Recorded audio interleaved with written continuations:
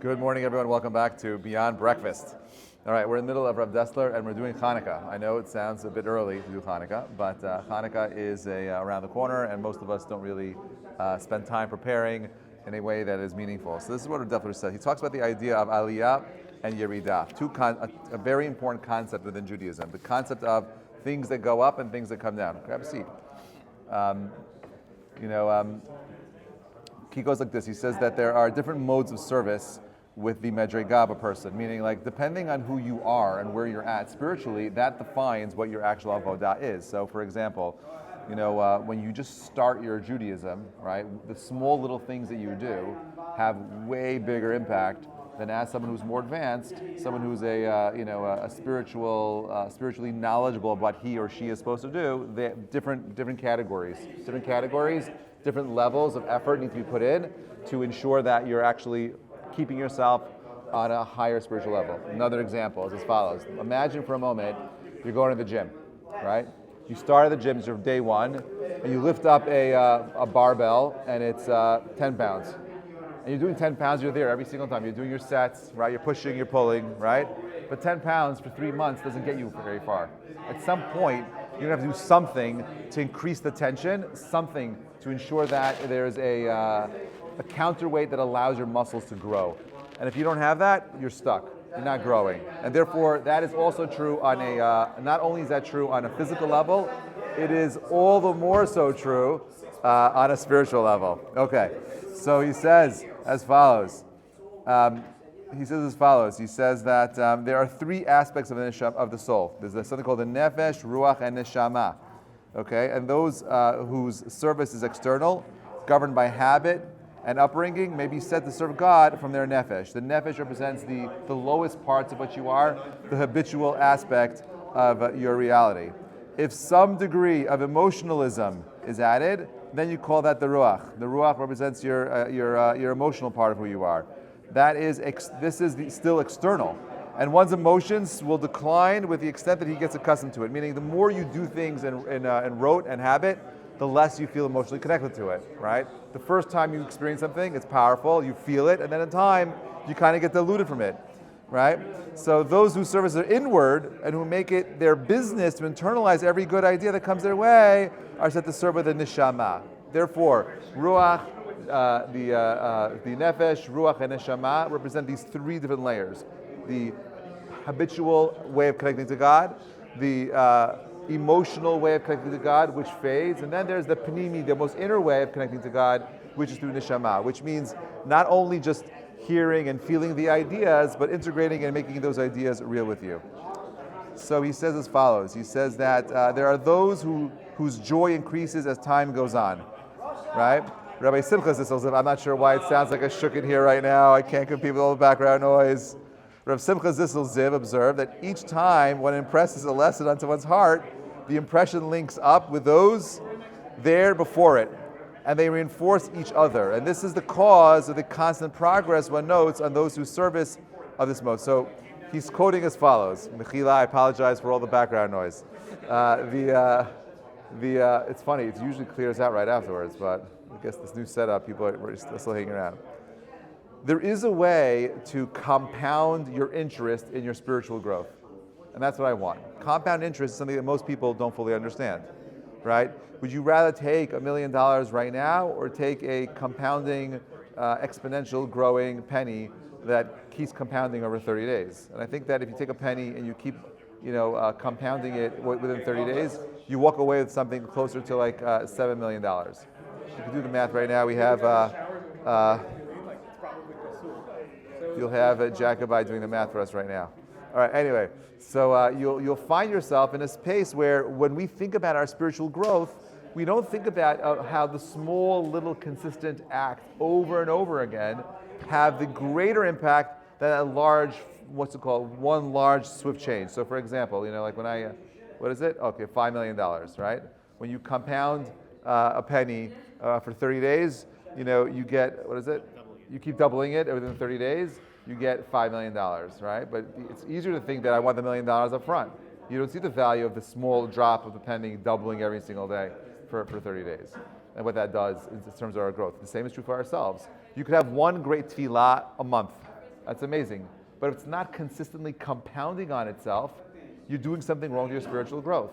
And I don't want you to be a spiritually weak individual. There's never been a time in our history where we needed Jewish people to be spiritually stronger than ever, right? It's clear that whatever's happening, we believe as Jews, the government officials have no free will. That's what we believe. They lose their bechira. That all government officials, no matter where they are around the world, they have no bechira, they have no free will.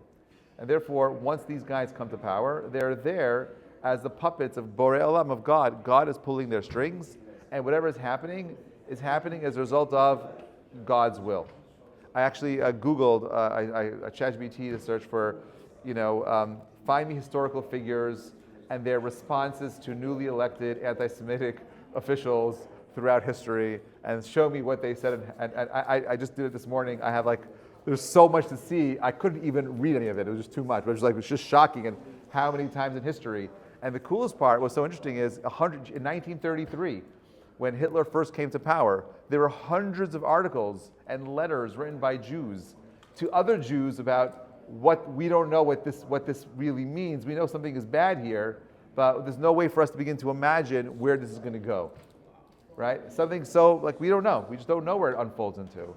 And the bottom line is we will never know where these things unfold to. But the only thing I do know is I can't control the environment that I find myself in. I can only control my response to the environment that I find myself in.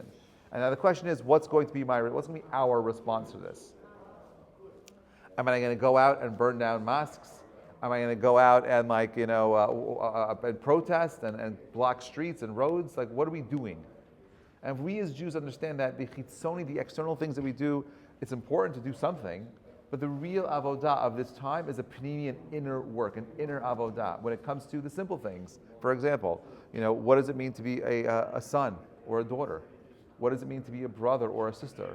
What does it mean to be a community member? How are we upgrading our own understanding of ben adam l'chavero, of our responsibility to each other? And if I don't see myself growing and developing in any area of my life, then, my friends, you are sliding backwards in life. The 70 bulls which are offered as part of the Musaf and Sukkot on behalf of the nations of the world are arranged in a descending series, from 13 on the first day, 7 on the seventh day, and this can be well understood. When we realize that the service of the nations, if they serve God at all, is likely to be an external mode, they are unlikely to reach the level of internalization. You shall return it into your heart, which is addressed in the first instance of Israel.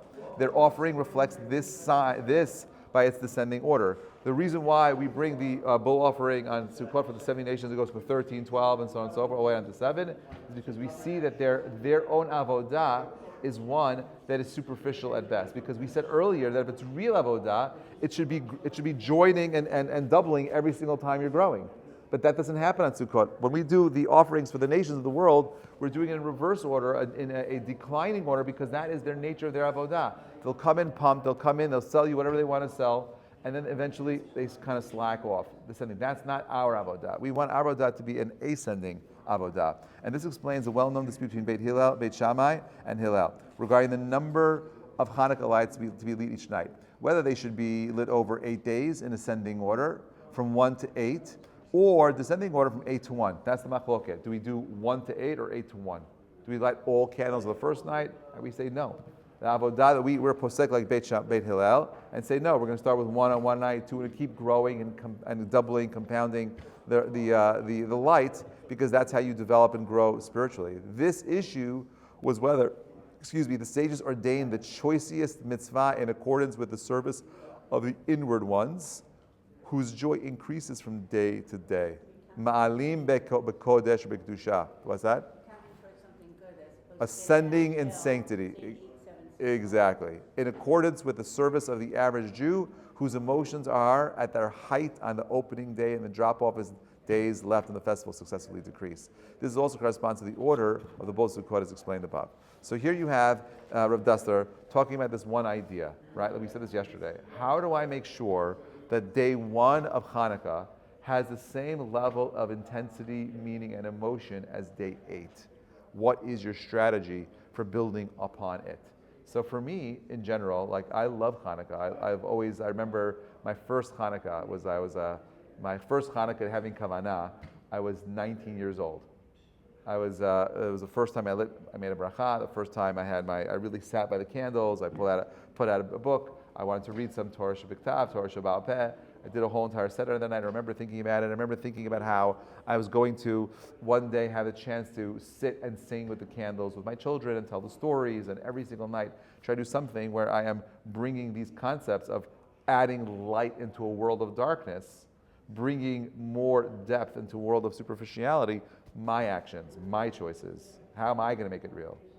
So you have to strategize for it. It's the same thing with any holiday. Shabbat is meaningless unless you make it meaningful. A relationship, when a chatan and kala first get married, it's so amazing, all this emotion, and when it ends up happening, eventually it tapers off. In America, the divorce rate right now is at 72.5% when you add second and third time divorces into the mix, right? It's at 49.5% for first time marriages, okay? So when you think about like 2/3 of all marriages crashing and burning, or if you knew that 2/3 of all airplanes crash, would you want to fly? I hope not, right? I don't think you would want to fly, right? But the question is, well, let's do this. Let's talk about the smaller group of 26% of people that are married. How many of the 26% of people that are married are happily married? You know what the answer is? 50% are only happily married, which means only 13% of people that are married are happily married. Okay, well, why is everybody getting it so wrong? It's because of this one idea. The nature of a human being is that we rush into things, we feel the emotion, and it's so amazing, it's so powerful, it's so profound, and then eventually the euphoria kind of tapers off.